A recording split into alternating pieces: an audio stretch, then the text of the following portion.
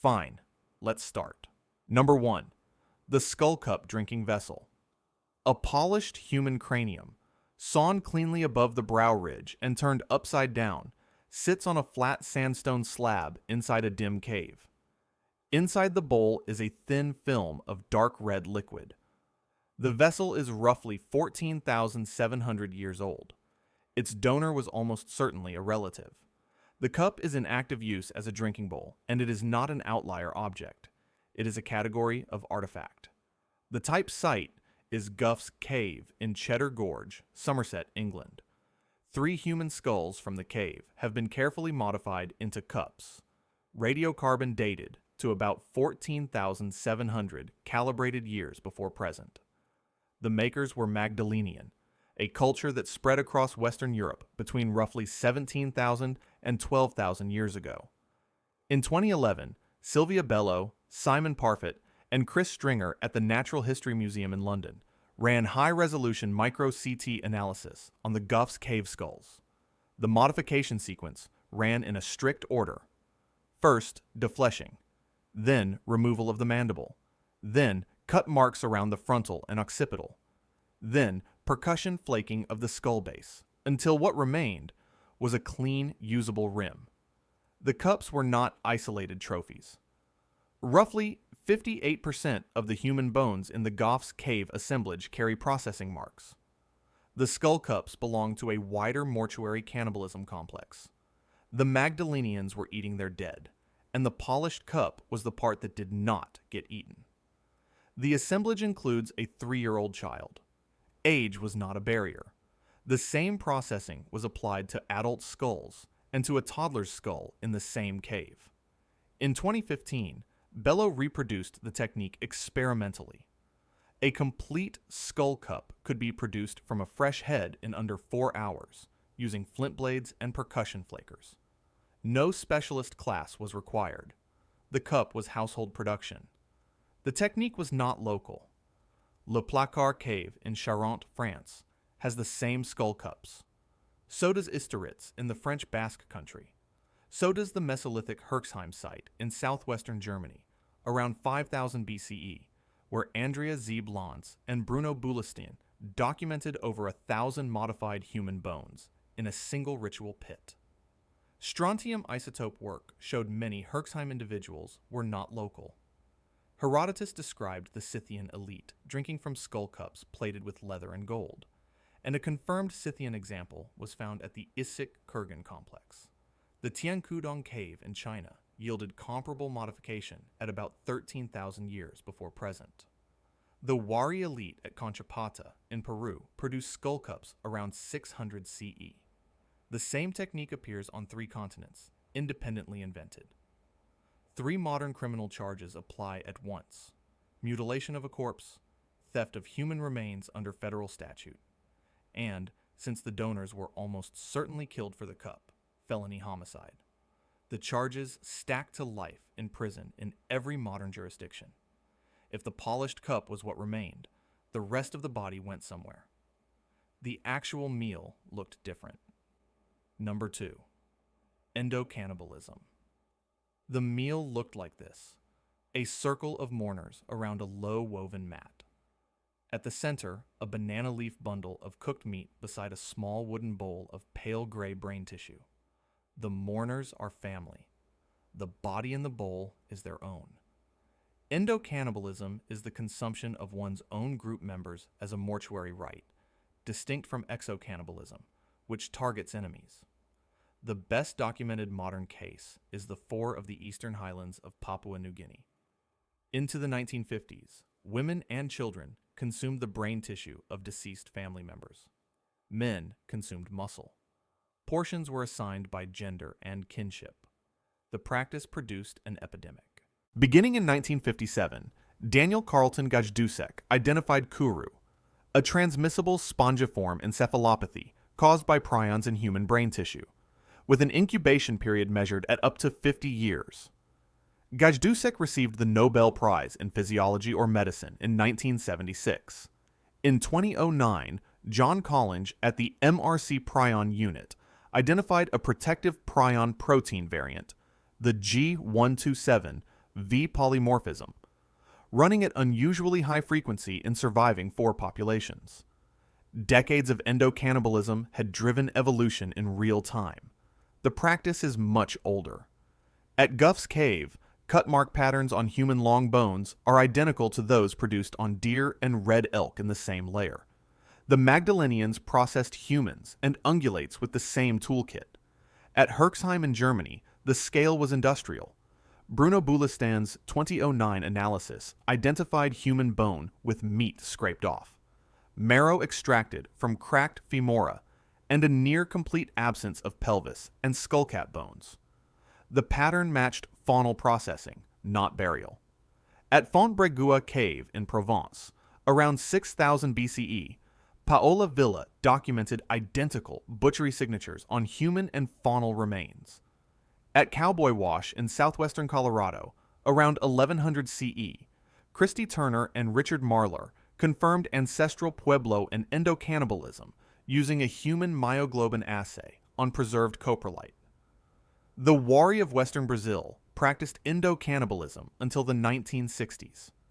Beth Conklin's ethnographic work emphasized that the practice was grief management. The body was not food. The body was the relationship. Neanderthals did it too. At Moulin-Gercy in France, around 100,000 years before present, Alban de Floor's 1999 study found 6 butchered Neanderthal individuals processed identically to deer at the same level. At El Cedron in Asturias, Spain, around 49,000 years ago, 12 individuals showed systematic defleshing. At Krapina in Croatia, around 130,000 years before present, Dragutin Gorjanovic Kramberger excavated the earliest argued case. Forensic anthropologists distinguish ritual mortuary cannibalism from violent cannibalism by 6 diagnostic signatures. Defleshing scrapes parallel to the long axis. Dismemberment cuts at joints. Percussion fractures for marrow. Peeling at vertebrae. Tongue removal cuts on the mandible. And skull opening for brain access. Stable isotope work shows Magdalenian communities had abundant ungulate protein available. Famine cannibalism does not fit. The function was ritual. The act itself is criminalized in only a handful of jurisdictions, but the underlying acts, desecration of a corpse, and homicide if the death was deliberate, carry life sentences in nearly every U.S. state. The dead lived inside the family in this system, but the dead king was a different category. Number 3. Retainer sacrifice. Picture a cross-section of a deep rectangular pit. On the top level, a king's gold leaf coffin rests on a wooden bier. Below it, 6 attendants in plain linen wraps sit cross-legged in a row, heads bowed, holding ceremonial cups. Above the pit, figures push earth down with wooden shovels. The attendants will be alive when the last shovelful lands. Retainer sacrifice is the killing or live burial of servants, guards, concubines, and officials to accompany a high-status individual into the afterlife. It appears on multiple continents, independently, in the 3rd and 2nd millennia BCE. The most famous case is the Royal Cemetery of Ur in southern Iraq, excavated by Leonard Woolley between 1922 and 1934. The Great Death Pit, designated PG-1237, held 74 attendants, 68 of them women. Woolley's original interpretation was voluntary self-poisoning with cups, the image of quiet collective suicide held for decades. Then, in 2011, Aubrey Bodsgard and Janet Monge ran computed tomography on 2 skulls from the pit. The skulls showed perimortem blunt force trauma, most likely pike strikes through the cranium. The attendants did not drink. They were killed. The dress was elaborate, headdresses of gold, lapis lazuli, and carnelian on every attendant. The killings date to roughly 2500 BCE, in the early dynastic 3A period.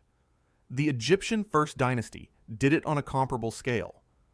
At Abydos, the tomb of King Aha, around 3050 BCE, has 33 subsidiary graves. His successor Jer has over 300. Flinders Petrie excavated these in 1899. Gunter Dreyer's reassessment confirmed that the retainers were buried contemporaneously with the king. Then, abruptly, the practice ends after the First Dynasty. The Second Dynasty introduces Shabti figurines, small carved substitutes for servants. It is the earliest documented shift from human to symbolic sacrifice anywhere in the archaeological record. The Shang Dynasty did not make that decision. At Anyang, the late Shang capital occupied from approximately 1200 to 1046 BCE, the royal tombs at Shibeigang held over 400 sacrificial victims. War captives, mostly from the Chang people, were decapitated and buried in dedicated pits separate from the king's chamber. Chen Mengjia's 1956 Oracle Bone Catalog calculates that King Wu Ding alone authorized the killing of over 9,000 victims across a 59-year reign. At Kerma in Nubia, around 1700 BCE, George Reisner found tumuli with hundreds of retainers. One tomb held over 400. The Scythian royal kurgans followed the same logic. Herodotus describes the strangulation of 50 horses and 50 young men 1 year after a king's death, arranged in a ring around the burial mound. In the Americas, the Moshe Lord of Sipan tomb, excavated by Walter Alva in 1987, contained 8 sacrificed attendants and 3 women. The Teotihuacan Pyramid of the Moon Foundation deposit, excavated by Saburo Sugiyama, held bound human victims around 200 CE. The method varies. At Ur, victims were almost certainly dispatched first. At some Shang pits, fingernail damage on tomb walls is consistent with live burial. Andean retainers were often strangled. Every retainer sacrifice death is first-degree murder, and the multiple victim aggravator triggers life, without parole, in every modern jurisdiction. The king's household went into the ground intact. But while the king lived, his body was open to other kinds of intervention. Number 4. Trepanation on the conscious. A grimacing man sits upright on a stone slab, eyes wide open, jaw clenched. Behind him, a healer leans forward holding a wooden-handled flint drill. The drill is pressed against a shaved circular patch on the patient's forehead. A trickle of blood runs down the bridge of the nose. There is no anesthesia in any form modern medicine would recognize. The patient is awake. Trepanation is the surgical opening of the skull by drilling, scraping, sawing, or chiseling without penetration of the dura mater. The earliest confirmed case is a Mesolithic skull from the Vasilievka II cemetery on the Dnieper River, dated to about 7,300 BCE. The practice has been found on every inhabited continent except Australia. The survival rates are extraordinary. Studies of European Neolithic trepanned skulls by Lawrence Kuna and others report bone regrowth survival rates between 50 and 90%. These were not autopsies. They were surgeries the patients lived through. The type Neolithic example is Ensisheim in Alsace, France. A skull from around 5,100 BCE shows 2 separate trepanations, both fully healed. 4 primary techniques are documented archaeologically: flint scraping, slow and abrasive; chisel gouging, faster and rougher; hand-rotated drilling with a burin, the most precise; and the Bronze Age linear sawing method that produced rectangular openings rather than circular ones. The Andean Paracas culture in southern coastal Peru between 800 BCE and 100 CE performed trepanation on an industrial scale. John Verano's 2016 study counted over 800 trepanned skulls. The survival rate at high-elevation Paracas sites was about 80%. Later Inca-era cases reached 90%. Paracas surgeons used obsidian blades and Toomey-style ceremonial knives. Andean anesthesia is reconstructed from coca leaf chewing evidence in associated tomb contexts. In Europe, alcohol and possibly mandrake or henbane preparations are inferred. The toolkit was minimal: a flint flake or obsidian blade, a wooden or bone hammer, a piece of leather to absorb blood. In modern equivalent, the equipment cost is under $20. Surgical purposes are inferred from associated skull damage. Some trepanations sit directly over healed club wound fractures. Repair operations. Others show no preoperative trauma at all, suggesting elective procedures for chronic headache, epilepsy, or spiritual release. Postoperative care is reconstructable. Folded leather caps held with a leather strap, and some Paracas skulls show metal plates fitted into the trepanation hole afterward. One detail demonstrates implicit anatomical knowledge. The two skull regions most frequently trepanned are the parietal and frontal bones. The temporal bone is almost never trepanned. The middle meningeal artery runs beneath the temporal. A cut there is rapid exsanguination. The surgeons knew not all patients survived. The British Bronze Age Hambledon Hill skull, around 3500 BCE, shows a trepanation that did not heal. But the Laserschlauch skull, late Neolithic Germany, shows 3 separate trepanations on the same individual, all healed.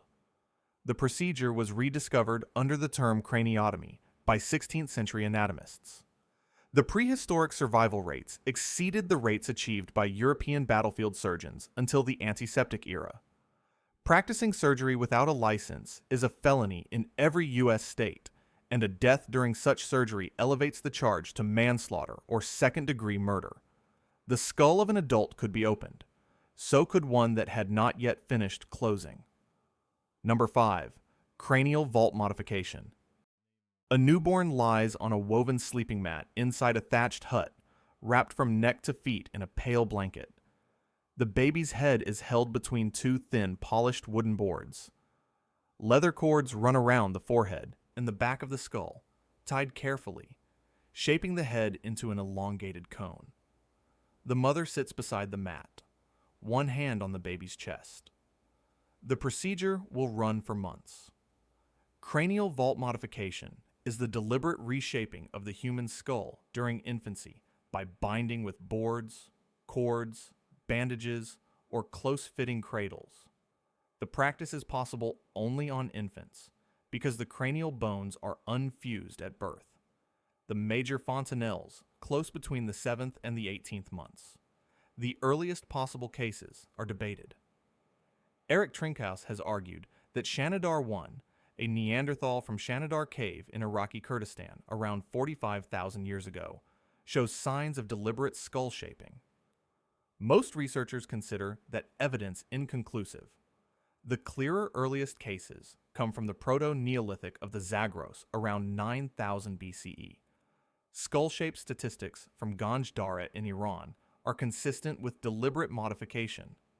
The Paracas culture of southern coastal Peru between 800 BCE and 100 CE produced the most extreme cases. Cranial volume was redistributed up to 25% beyond natural length. The forehead slopes back nearly continuously into the elongated cranium. 2 main techniques were used. The tabular method pressed the skull between flat boards, producing flattening at the forehead and the back. The annular method wrapped cloth or cord tightly around the head, producing elongation. The Hunnic Confederation, active in Eurasia from roughly the 4th to the 6th centuries CE, used annular deformation extensively. The iconic elongated Hunnic skulls appear in cemetery sites from the Carpathian Basin to Central Asia. The Muz Dulo site in Hungary, excavated by Olga Specker, shows that not all population members were modified. The selection appears to track status. The Maya elite of the Classic period, 250 to 900 CE, performed cranial flattening on royal infants using the tabular erect style. 2 boards bound with cords. The intended effect was a sloping forehead resembling a maize cob. The Choctaw of the lower Mississippi Valley practiced cranial flattening using a cradle board with a wooden compress into the 19th century. The Olmec colossal heads from the Gulf Coast of Mexico, 1200 to 400 BCE, depict heads matching the Paracas tabular technique. The Aleut peoples deformed infant skulls into a tall conical shape using a sealskin pouch with internal padding. In 2015, Marta Vidal-Lijo's review of Andean cases found no measurable reduction in cognitive function in adulthood despite the gross skull shape change. The brain accommodated the reshaped vault during development. Carolyn Hoyt and others have argued the modification served as a permanent, non-removable ethnic or status marker, a visible badge of group membership that could never be hidden. The practice persisted in Chinook communities of the Pacific Northwest into the early 19th century, and in the Toulouse region of rural France into the early 20th. Deliberately deforming an infant's skull is aggravated child abuse and grievous bodily harm to a minor in every U.S. state. Federal child abuse statutes attach when interstate dimensions exist. Three strikes laws produce life sentences for repeat offenders. The body could be shaped from birth. After death, it could be shaped further. Number 6. Excarnation and Sky Burial. A wooden platform on tall stilts rises above an open grassland under a wide pale blue sky. A shrouded body lies on the platform. 3 large dark vultures perch on the railing. One circles overhead. A small group of mourners stands far below on the grass, faces turned upward. The deceased is being defleshed in public by birds. The bones will be retrieved later. Excarnation is the removal of soft tissue from the deceased before final interment by deliberate exposure to scavengers, by weathering, or by controlled defleshing. Sky burial is the platform exposure variant. The earliest probable case is Çatalhöyük in south-central Turkey, between 7400 and 5200 BCE. Ian Hodder's 2013 analysis of subfloor burials found skeletons missing tendons, ligaments, and small bones, consistent with pre-burial defleshing. The dead were defleshed outside the house, and the cleaned bones were brought back inside and buried under the family floor. The British Neolithic long barrow tradition uses the same logic. Sites including West Kennet, Hazelton North, and Wayland's Smithy contain commingled, disarticulated bones lacking many small foot and hand elements. Vere Gordon Child's 1940 interpretation of long barrow ossuaries as houses of the ancestors anticipated the taphonomic conformation that followed. The Zoroastrian Dakhma, or Tower of Silence, formalized in Persia from the 6th century BCE, scaled the practice into permanent architecture. Circular stone towers on hilltops held the dead until vultures finished. The Towers of Silence are still in use in some Parsi communities today. Tibetan sky burial, called Jator, has been practiced continuously since at least the 7th century CE. A specialist called a Ragyapa dismembers the body and offers it to bearded vultures. The taphonomic signatures of excarnation are diagnostic. Missing patelli, missing small finger and toe bones, weathered cortical surfaces on outer-facing bones, disarticulated joints with no cut marks.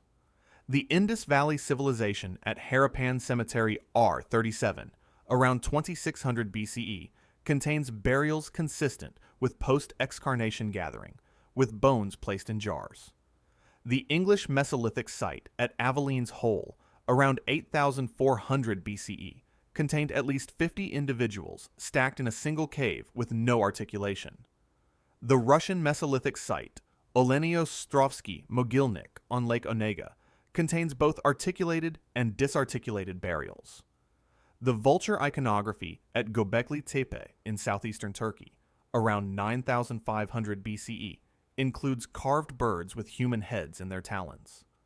Klaus Schmidt interpreted these reliefs as direct depictions of sky burial mythology. Çayönü, also in southeastern Turkey, around 7200 BCE, contains a skull building with neatly stacked skulls and long bones brought in clean after defleshing elsewhere.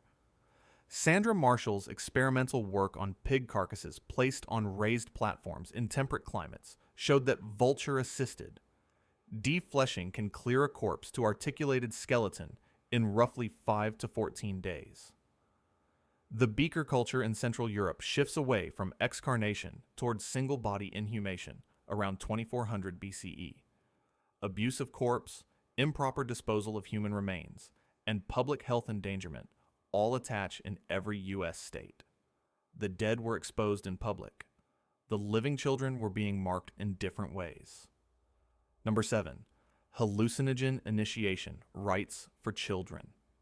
A boy of about 11 sits cross-legged inside a circle of stones at night.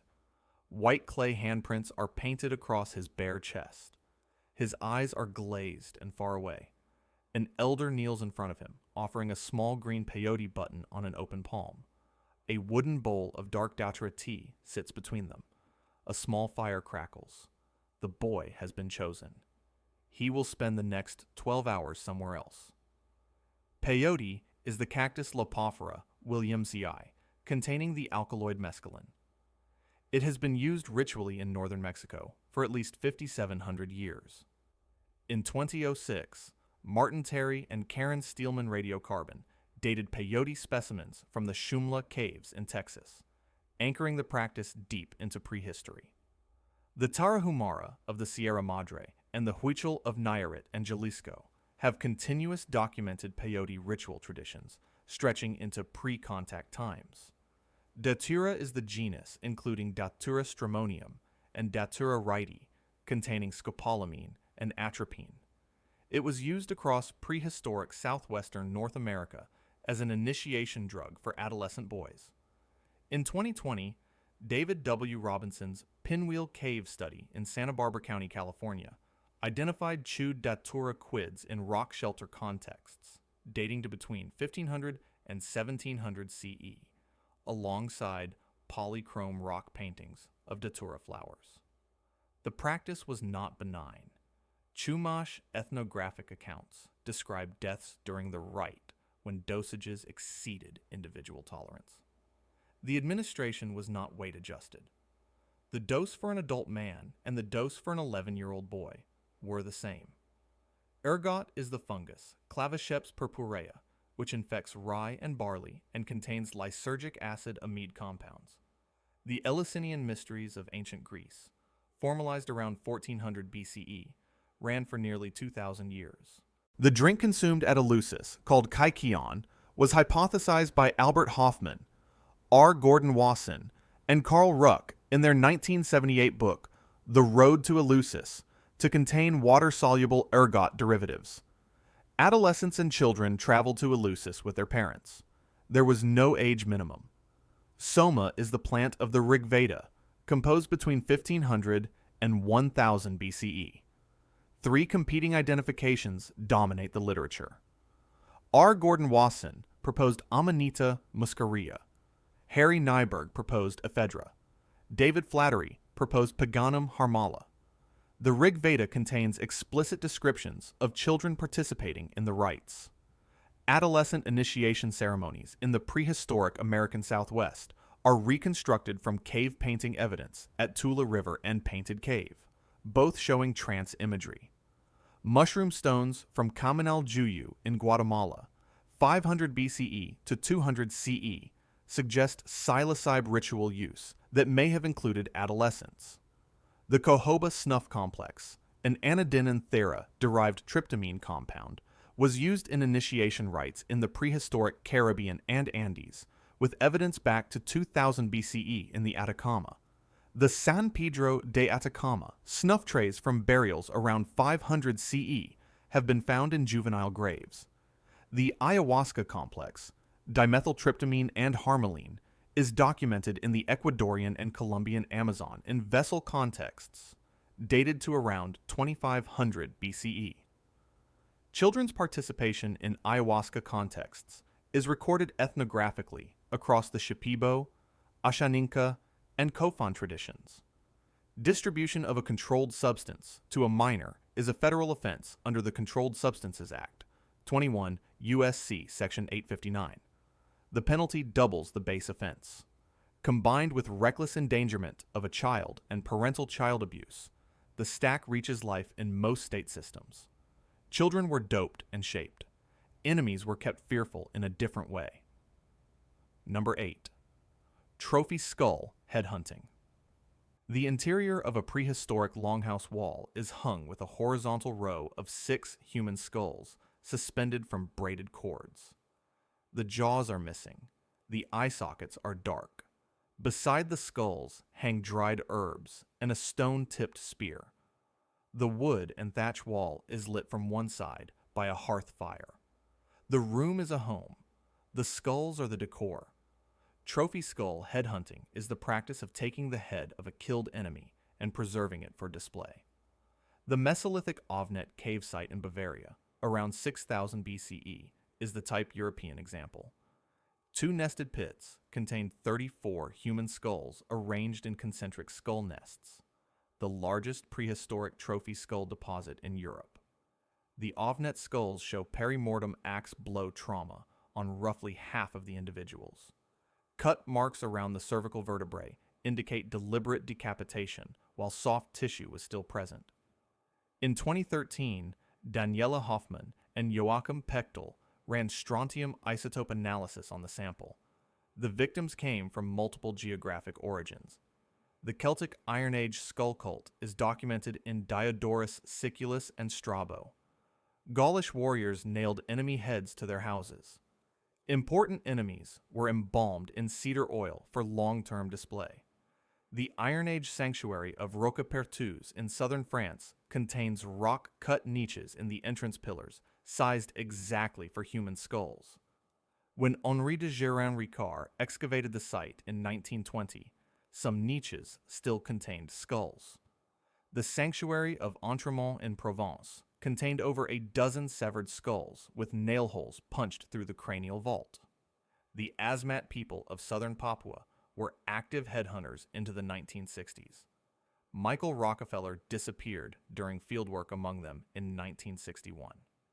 The disappearance is widely believed to have ended in his death and consumption. The warrior elite of pre-Inca highland Peru, around 600 CE, produced trophy heads with the foramen magnum widened to allow rope mounting. Tiffany Tung documented these heads at Conchapata. The Sinu peoples of pre-Columbian Colombia, 500 CE to 1500 CE, mounted enemy heads on stakes at the entrances to ceremonial precincts. Borneo's prehistoric Dayak peoples practiced headhunting into the early 20th century. The Iban of Sarawak preserved heads through smoking, then displayed them in rattan baskets called tikai pala, suspended from the longhouse veranda. The shrunken head technique of the Shuar and Akwar, the Tsansa, involves removing the skull, simmering the skin in herbs, and curing the head to roughly fist size. The skull pit at Skedamos on the Swedish island of Öland, around the 5th century CE, contained over 100 decapitated individuals. The Naga of the India-Myanmar border practiced headhunting until the 1960s. The skull nailing in Iron Age Gaul is corroborated archaeologically by skulls with iron nail fragments still embedded in the frontal bone. The nails went in while the bone was still fresh. Trophy head display performs three functions: deterrence of enemies, accumulation of spiritual power from the victim, and visible ranking of warrior status. Modern criminal law treats it as first-degree murder, mutilation of a corpse, abuse of a corpse, and trafficking in human remains. The mutilation aggravator alone elevates many state-level murder charges to life without parole. The dead enemy ended up in the household. The captured living ended up somewhere else. Number 9. Bride capture. Two men in fur cloaks carry a struggling young woman over a forested ridgeline at dawn. She is wrapped in a torn linen shawl. One arm reaches back toward a smoking encampment in the valley behind. Small figures with raised arms are running in pursuit. The kidnappers move fast through tall ferns. Their breath is visible in the cold air. The pursuit will not catch them. Bride capture is the practice of marriage by abduction. A woman taken, often forcibly, from her natal group by men of another group. The prehistoric prevalence is reconstructed primarily from strontium and oxygen isotope studies of female skeletons. The Talheim death pit in Baden-Württemberg, dated to about 5100 BCE, contained 34 bodies, bludgeoned men, women, and children, but adolescent and young adult females were notably absent. The absence is the evidence. The young women survived because they were taken alive. Christian Meyer's 2015 analysis of the Schöneck-Kilian-Statten massacre site in central Germany showed the same demographic gap. The pattern repeats at multiple linear band ceramic massacre sites across Central Europe around 5300 BCE. The bell beaker culture of the late 3rd millennium BCE shows extreme female mobility. The Lech River Valley population, studied by Alyssa Mitnick in 2019, found that nearly all adult women were non-local. Men, by contrast, were almost all local. Strontium signatures indicate women moved from up to 400 kilometers away. The same pattern appears in the linear band ceramic early Neolithic cemeteries around 5300 BCE. Bride capture should not be conflated with voluntary patrilocal exogamy. The latter is voluntary movement. The former is involuntary. The trauma evidence on the female skeletons distinguishes them. Peter van den Hoenaard's 2020 RE analysis of the Schoeneck-Kilienstetten women showed that some carried healed perimortem trauma consistent with violent abduction. Bride capture is documented ethnographically in the Yanomami of the Venezuelan-Brazilian Amazon. Napoleon Chagnon's 1968 study described raids explicitly targeting the abduction of women. The Sabine women episode in early Roman tradition, around the 8th century BCE, is a literary reflection of an underlying Central Italian Iron Age practice. St. Patrick himself was kidnapped this way in the early 5th century CE. The Mongol practice of bride kidnapping has prehistoric steppe culture roots, reaching back to the Andronovo culture of the 2nd millennium BCE. The Proto-Indo-European reconstructed term for bride, gnetos, has cognates in Sanskrit, Greek, and Slavic that include connotations of leading away or taking. The genetic signature is detectable. Monica Carmen's 2015 study identified a sharp male line bottleneck in the late Neolithic to early Bronze Age, around 5,000 to 3,500 years before present. Female lines remained more diverse.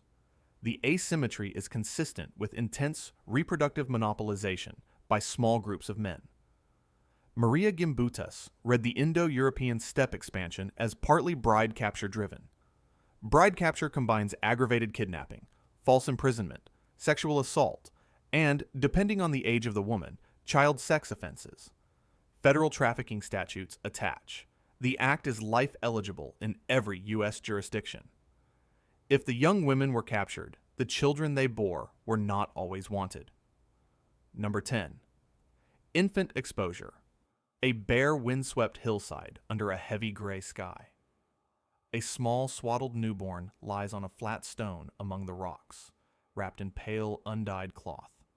A pair of footprints leads away through the wet grass downhill. A hooded figure descends into the valley below, back turned. The baby will not be retrieved. Infant exposure is the deliberate abandonment of a newborn in a location where survival is unlikely. It is distinct from active infanticide by physical action. The difference is mechanism, not intent. The archaeological evidence is indirect but consistent. Skewed sex ratios in late Neolithic and Chalcolithic cemeteries show female infant burials systematically underrepresented. The Hungarian late Neolithic site of Polgár-Shalom, excavated by Paul Ratsky, shows a strong male bias in infant burials. The missing females are presumed exposed elsewhere or simply not interred. Roman authors, including Tacitus, described Germanic populations exposing weak or deformed newborns as standard practice. The Greek concept of apotheosis, the formal exposure of unwanted newborns at the family's discretion, is recorded in classical sources but has prehistoric Aegean roots, visible in the Cycladic and Mycenaean cemetery records. The Carthaginian Topets are the most debated case. The Tanit precinct at Carthage holds urns of infant remains in a dedicated cemetery. Some researchers, including Jeffrey Schwartz, argue these are victims of infant sacrifice. Others, including Patricia Smith, argue the urns contain naturally deceased infants given separate cemetery treatment. The discrepancy comes from the difficulty of distinguishing perinatal natural death from active exposure or sacrifice in the archaeological record. Sex-selective exposure shows up clearly in the late Iron Age site of Owslbury in Hampshire. Female infant burials there are underrepresented relative to expected demographic ratios. In the linear pottery culture, the proportion of perinatal female remains is roughly half what would be expected from natural mortality alone. The infant cemetery problem, the systematic underrepresentation of infant burials, partly reflects exposure as a population control mechanism in subsistence stressed populations. Some prehistoric populations had specialized exposure locations: cliffside, riverbank, forest edge. The terrain determined the method, and the skeletal remains were usually lost to scavengers and weathering. The practice is documented in classical Sparta as a state-administered exposure on Mount Taygetos for newborns judged unfit. Debbie Sneed has argued that the Plutarchan Spartan account is exaggerated, but a milder form of state involvement is plausible. The Athenian and Roman patriarchal authority included the right to refuse a newborn at birth by declining to lift the child from the floor. The child would then be exposed. The Çatalhöyük subfloor burial population includes a roughly 50-50 male-female split for older children, but shows a male skew in infants. The Chalcolithic site of Varna in Bulgaria, around 4500 BCE, shows the same pattern, with rich grave goods accompanying mostly male child burials. The Yanomami of the Amazon practiced selective infanticide of female infants and twins into the 20th century, an ethnographic analog for the prehistoric pattern. The earliest legal prohibition of infant exposure as a state policy was the Roman Emperor Constantine's edict of 318 CE. Modern child abandonment laws, including United States safe haven legislation, arose specifically as the post-prehistoric inverse of the exposure tradition. Infant exposure constitutes first-degree murder of a child in every U.S. state. Mandatory life sentences attach in most jurisdictions when premeditation can be shown. The 10 items share a single logic, and it is not cruelty. It is a different theory of personhood. In the prehistoric moral universe, the dead were not people the same way they are today. The very young were conditional members of the group, full status pending. The very old were no longer full members. Outsiders had no claim to the in-group's protection at all. That is the unifying thread. The corpse was raw material. The newborn was probationary. The grandfather past his usefulness was expendable. The captured stranger was legitimate prey. None of the 10 practices was an act of cruelty inside its own moral framework, because the targets did not yet count as protected. Modern law has expanded the protected class. The dead are now protected. Fetuses are protected in many jurisdictions. The elderly are explicitly protected by elder abuse statutes. The foreign and the enemy combatant are protected by international humanitarian law. The trajectory of moral history is the trajectory of who counts as a person. Constantine prohibited exposure in 318 CE. Human sacrifice was suppressed across the Roman Empire by the 4th century.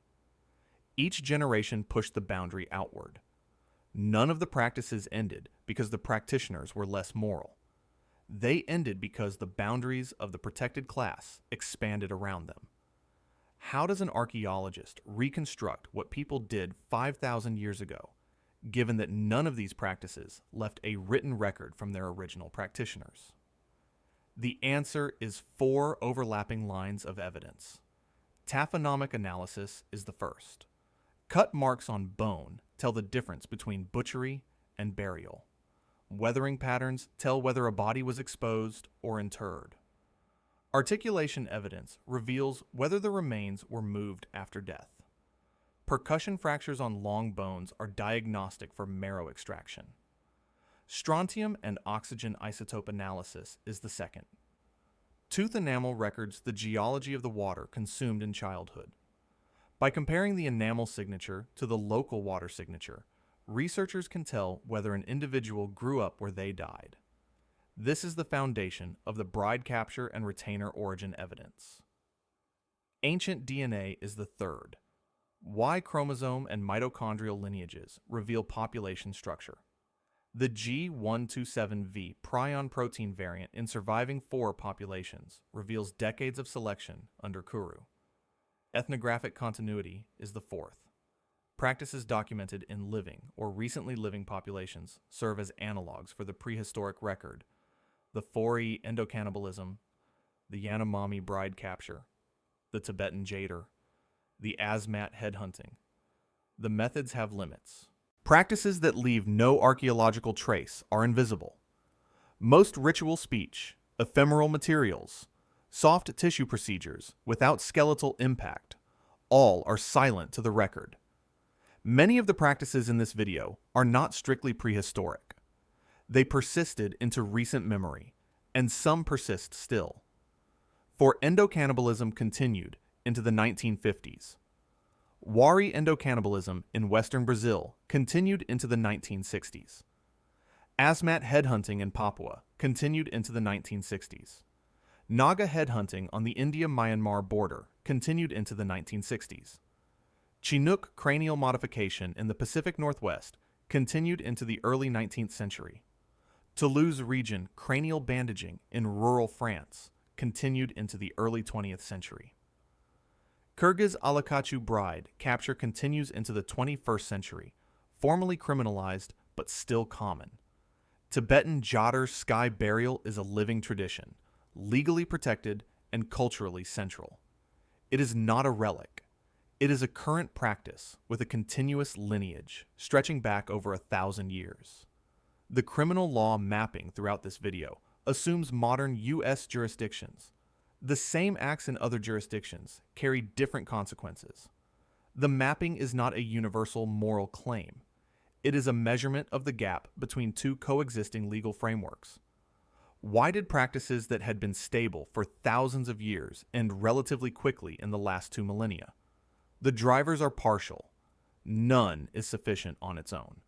State formation is the first driver. Centralized authorities monopolize legitimate violence.